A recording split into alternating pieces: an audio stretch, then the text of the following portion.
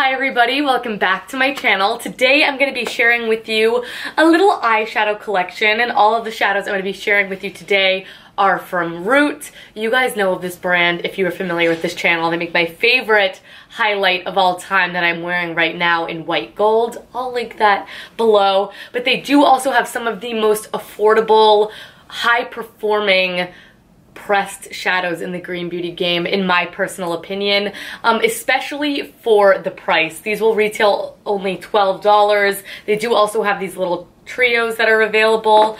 Those are on sale right now for $32, and you get 3 shades in there. I'll talk about those because those shades are exclusive to the little palettes that they come in. So like I said, these are 12 bucks a piece. There are 34 shades in the line. I have like 13 to share with you today. If there's any that I do not have in this video that you would like to see swatched, reviewed, etc., please do let me know, but they do a pretty decent job on their website with sharing all of the shades swatched, so you can really see what they look like. But I'm just going to share with you my collection, my thoughts on the products, if there's any sort of shades that are better than others, and we could sort of go from there. Alright, so I am actually just going to start off with the eyeshadow that I started off my entire look with today. I did quickly want to mention this is like an exact dupe for Silk Naturals Brandy or Tiger Lily. It might be Tiger Lily, which is a shade that I love. I just included it in my most recent favorites video if you guys caught that. But that is in a little jar from Silk Naturals, and I know a lot of you guys don't like that. So if you're willing to spend a little bit extra money on the pressed version, this looks exactly like it. So I love this shade. This is the shade Bellini, and this is a gorgeous, just true warm peach shade. I love this. Like I said, it is matte, and I just took this on my Delium Tool 785, the pink one. It's fluffier than the green one. I don't know why, it's just the way it is. So I just dipped that in there, and I just took this right through the crease. I think this is a great matte shade that you could put all over the lid. If you like warm shades as much as I do, this is a great transition shade if you are on the more fair skin tone side. If not, maybe you can even use this as a little bit of a peachy highlight, or like I said, as a beautiful brightening lid shade. That is great, nicely pigmented, blends like a dream, and is incredibly smooth to the touch. Like most natural shadows, these included, when I take my brush in there, you are going to experience some fallout in the pan. It's just sort of what happens. They are not heavily pressed and bound with talc, so just keep that in mind. Just make sure you could just always tap off the excess on your brush before you go into the face, or you could always do your eye makeup first and then go in with your foundation. So that's just common with natural shadows, just sort of something I've come to terms with. Moving along, I then went into the shade Sweet Tea. This one I've had for a while, and I included it in a Root 1 brand tutorial, which I will also link down below if you're curious about the brand. But Sweet Tea is another matte shade. This is just a more neutral, maybe leaning a little bit cool. No, I'm gonna go neutral. I'm gonna go neutral on this one, and it's just a very light brown shade. So again, this is only gonna really work as a transition or as a deeper crease shade. Someone that is my complexion, maybe a little bit more fair, maybe a shade or two a little bit more dark. So just keep that in mind. But like I said, they have 34 shades, so if the shades I have aren't working for you, that's not the only shades that are available. Anyway, I went ahead with a Luxie brush, and this one's just slightly more tapered, and I just took this on the brush and I just took that right through the crease. Wanted to add a slight bit more dimension, and this shade blended again like a dream, equally soft, equally pigmented. These shades aren't like crazy pigmented, but I do not need to really build them up to get the color that I want. These are just slightly more fair shades. Then after I did that, I wanted to deepen it up even more, so I took a mixture of a more tapered brush, including the Delium Tool 781, and another Luxie brush, and this is the shade Cabernet, and Cabernet is another matte shade. I wanted to just show off a lot of the mattes because mattes are often, I mean, conventional or otherwise, they're just really difficult to blend, get full pigment. Sometimes they're a little bit more patchy. These are definitely the more difficult shades to master, and Root has most definitely mastered them. So Cabernet is just this beautiful sort of Bordeaux shade, very true to its namesake. It's just a winey, oxblood sort of red. This one is very, very purple toned. It has a lot of brown to it as well. So I think it's exceptionally wearable. I think it's exceptionally flattering for this time of year. And going back and forth between all of these shades to get a proper blend, I took that just in the outer corner of my eye, lined the outer corner of my eye, and then took that through the crease ever so slightly with an angled brush and then blended it out. All of these blended so seamlessly and great together. I really cannot express it enough. Sometimes putting that final dark shade in the crease is a little bit difficult because you can see where the color is sitting, or it's just not blending out this way right. It just looks like a patch. These do not do that at all. They're amazing, and I love the way that they all look together.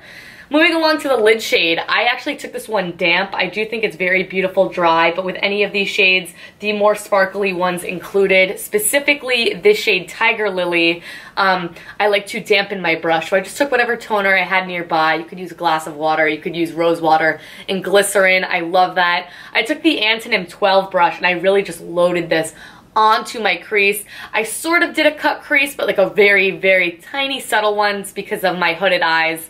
It's just not really an eye look that I'm after, but I packed this on. It takes like 2 layers to get it as beautiful and seamless as I want, but the shade is gorgeous, and I think a lot of you guys are going to like this. This is one that just about every skin tone I think can get away with. Fabulous lid shade. It is a sort of dimensional peachy gold, has some sort of very light golden tones to it. In other lights it looks more like dark peachy pink. Really unique, really beautiful, has a very subtle sort of duochrome effect, I would say. And I took that all over the lid, and I finished off the eye look with one that is beautiful. I like this all over the lid. I like this on the inner corner, and again, this is a more metallic, shiny finish. It's much more high shine than Tiger Lily. Tiger Lily has a really subtle shift and shine to it, so it's really wearable if you don't like those metallic shades.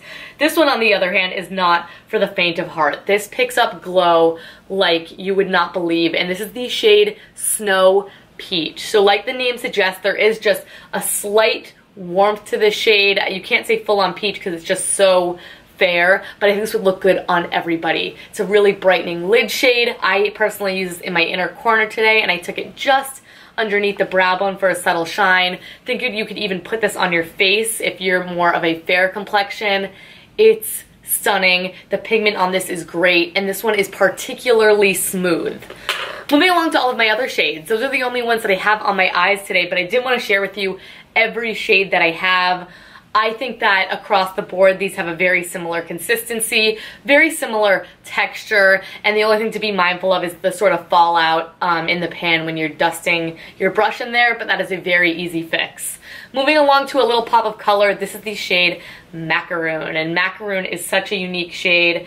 This one, I think, purples are more difficult. I think that this is a good shadow, but I don't think it is as fabulous as the rest of them, given that it's purple, etc., etc. But you can really build this shade up, blends beautifully. This is not a patchy shadow, it's just not quite as pigmented, and it is almost this light purple, but it has a lilac shift to it. I can't even explain. I'm going to try to pick it up in my camera with all the lights. It's amazingly stunning. I really do enjoy the shade.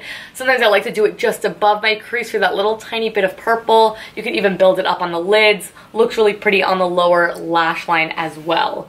Moving along to my absolute standout favorite of any of these, and that is a testament because they're all gorgeous.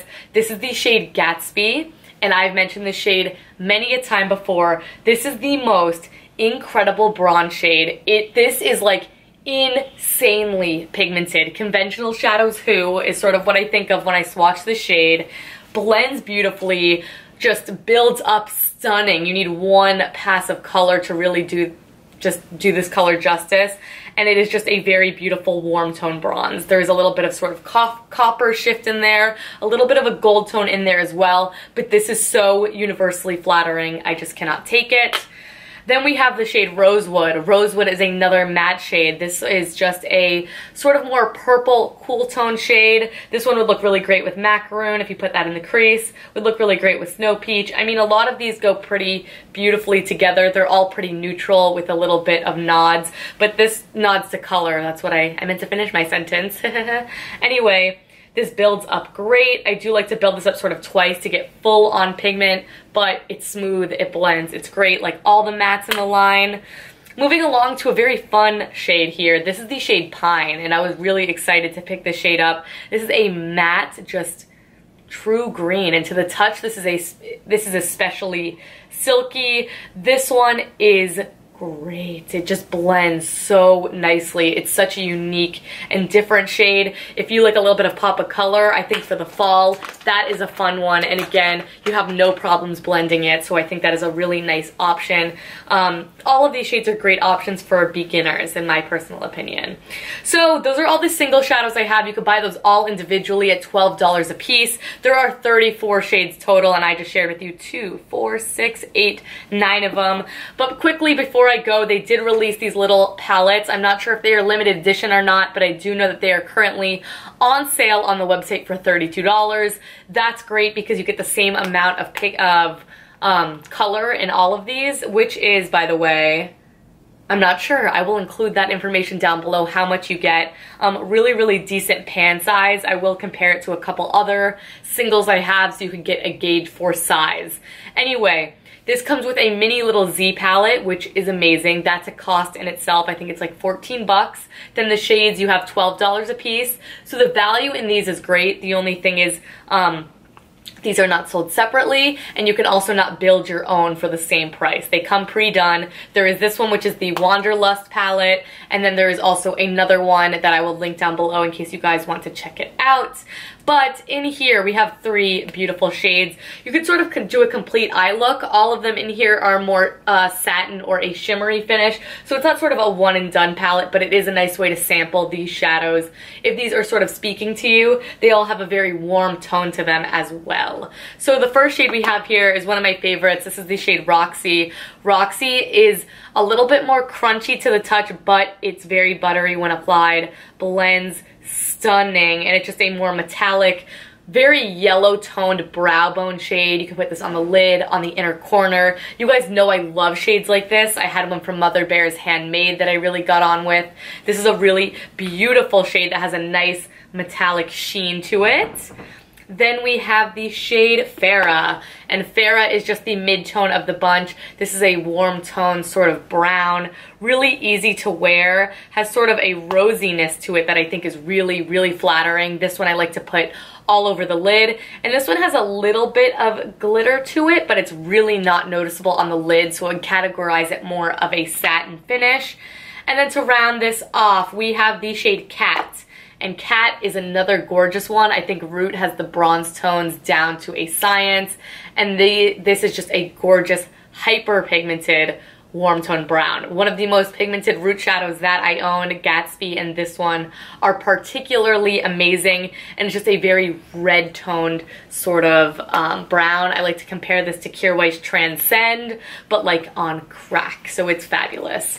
All right, you guys, that is it. Those are all of the Root shadows that I own. I always want to call it Root Pretty. It's not Root Pretty, it's just Root, just so you guys know. But I will have an affiliate link there down below. I get a little bit of kickback when you guys do it, but it's just in-store credit, so it allows me to buy some more products to review. Any other Root products that I have reviewed, I will include down below, along with whatever products I have on my face today. I hope you guys enjoyed this. Let me know what shades I should pick up next, because I am a sucker for a good pressed eyeshadow. I think we all are. But thank you guys so much for watching, and I will catch you guys in my next video. Bye!